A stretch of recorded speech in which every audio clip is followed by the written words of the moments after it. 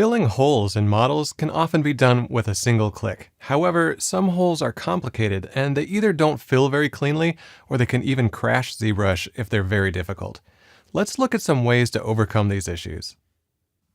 Okay, so we've got this bowl model and I created some holes in it that kind of replicate the kinds of holes you might see from a 3D scan. Sometimes a 3D scan has hard time seeing certain areas and it might just leave them blank. So you might end up with holes like this that have to be cleaned manually. This kind of problem can also arise when cutting up complex models for 3D printing. Now the simplest way to do this is to go into the Geometry subpalette and under Modify Topology, simply click on Close Holes.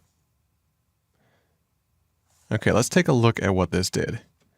So there's one hole right here, and if we look at this closely, you can see there's some messy things that happen. There's some weird geometry that happened right here. It's not exactly closing up cleanly. And then it's a little bit bumpy, kind of has a lump to it. And then also over here, if we look at this section, it actually created this sort of webbing between the two sides. So let's hit Ctrl Z to undo this. Now let's look at the Z Modeler brush. So let's hit BZM to bring up this Z Modeler brush. And let's go ahead and look at this first hole that we looked at. I'm going to hit Shift F to go into wireframe mode so we can see these edges more clearly. We'll zoom in here. I'm going to hover over an edge. If you want to make sure you're in close hole mode, hold down the space bar. Make sure close is active, concave hole is good. And we'll just go ahead and click on this. Okay, let's zoom out, Shift F, turn off wireframe and see how this looks. Okay, much smoother. It's not bubbling up as much as it did before. And also the issues that we were having over here with the really strange geometry is not an issue anymore. So the Z Modeler brush uses a different algorithm. It closes holes more efficiently and with fewer problems. Now, obviously, there's a little bit of cleaning up still to be done, perhaps some re-sculpting to restore some of this lost detail, but this is a pretty good foundation for starting to do that. So now let's take a look at a situation that's a little bit more complicated. Let's come back to that other hole.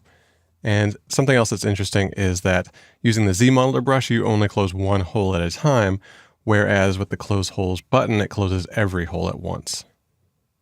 So one situation that you might run into when closing holes is that ZBrush has a tendency to crash. So I do recommend saving on a regular basis as you go through closing holes. Okay, so what I'm going to do is turn off the floor, make it easier to see through that grid. So the solution I need to come up with is some way to close this hole in a way that it doesn't create that webbed appearance. And so what often needs to happen for this is to create a bridge from one corner to another. Sometimes the hole goes through one of these sort of concave bends.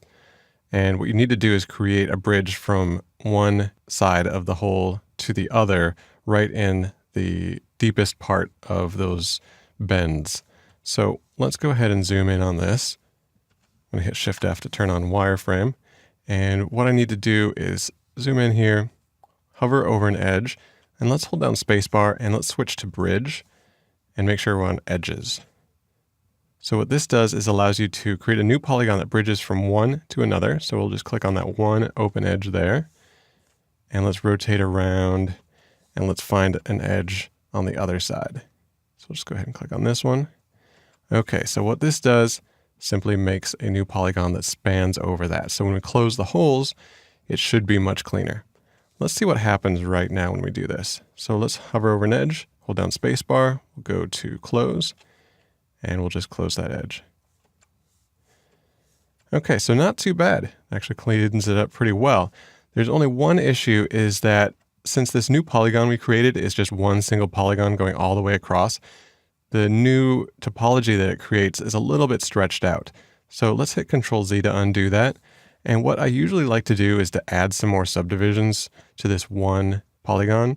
So let's go to Insert and Multiple Edge Loops. Interactive resolution is good. So now we can just click and drag on this one edge. And the more we drag, the more subdivisions it creates. So I just want to create a density of polygons that's roughly similar to the existing mesh. Okay, now when I go to fill holes, just trying to hover over an edge here, go to close. And we click once there, once on the other side. And let's zoom out and see how this looks. Okay, much better. Now we've got the same sort of density of polygons everywhere. Maybe there's a little bit of a strange web forming there, but it's going to have to be cleaned up anyway. There's a lot of detail in there. So from here, you could probably use ZRemesher or Dynamesh to create a mesh that's easier to sculpt on so you could restore those details, but that's beyond the scope of this video. Okay, so that's how I close complex holes. I use this technique all the time, and it really helps when ZBrush is crashing or the standard tools are not really doing the job the way I need them to.